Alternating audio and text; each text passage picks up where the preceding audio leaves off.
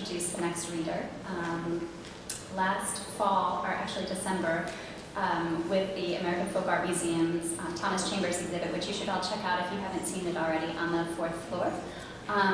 Underwater New York announced a shipwreck story contest, and we got submissions that had a take on shipwrecks, either inspired by the paintings in the exhibit you can see on the 4th floor, or by more sort of contemporary wrecks that we have images of in a gallery on our site.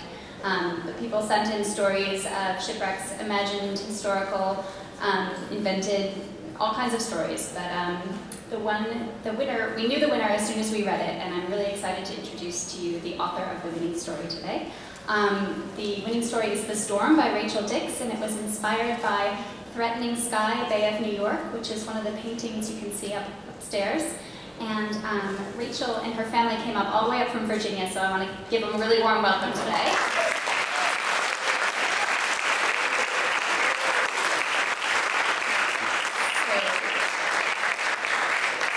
Rachel Dix will be reading The Storm, and Rachel Dix is a 16-year-old sophomore at George Mason High School in Northern Virginia.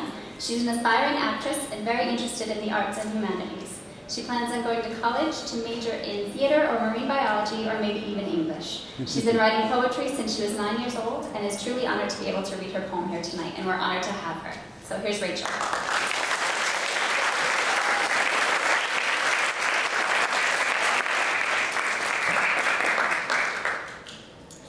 I just want to say thank you again for the opportunity. This is really awesome.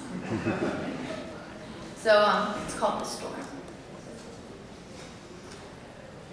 A long and frigid plight across a dark and angry sea. The captain looked out from the bow. A mighty storm, said he.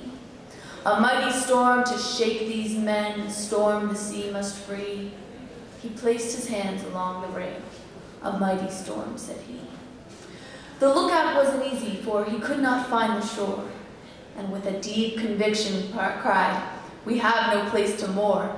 The men all murmured hushedly, "Would God forsake them for?" though they received no answer but the thunder's distant roar. A livid wind scaled the deck and set the sails to rise.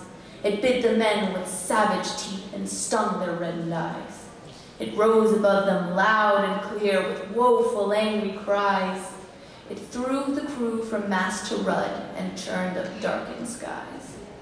The purple bitter waves amassed with foamy frothy ends. A man who tumbled from the stern was lost in watery bends. The priest aboard consoled the crew. "We come when Jesus sends. We are but lambs who ran astray from flocks the dear Lord tends." Boom! Crack! We've come to New York Bay. I know these are the Narrows men. If only one more day had passed before our jaunt began, we'd surely be okay. Their sides heaved at the irony. Their sides heaved with dismay. The boards began an anguished groan. The hull began to fill. The sounds of waves and thunder overwhelmed the senses till the men no longer fought it and instead embraced the chill. With stony faces, calloused hearts, and one united will. The day broke in an eerie calm. The sky was pink and blank.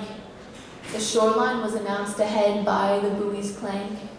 And all the remnants of the men of the mighty ship that sank was floating on the languid sea, a lone and simple plank.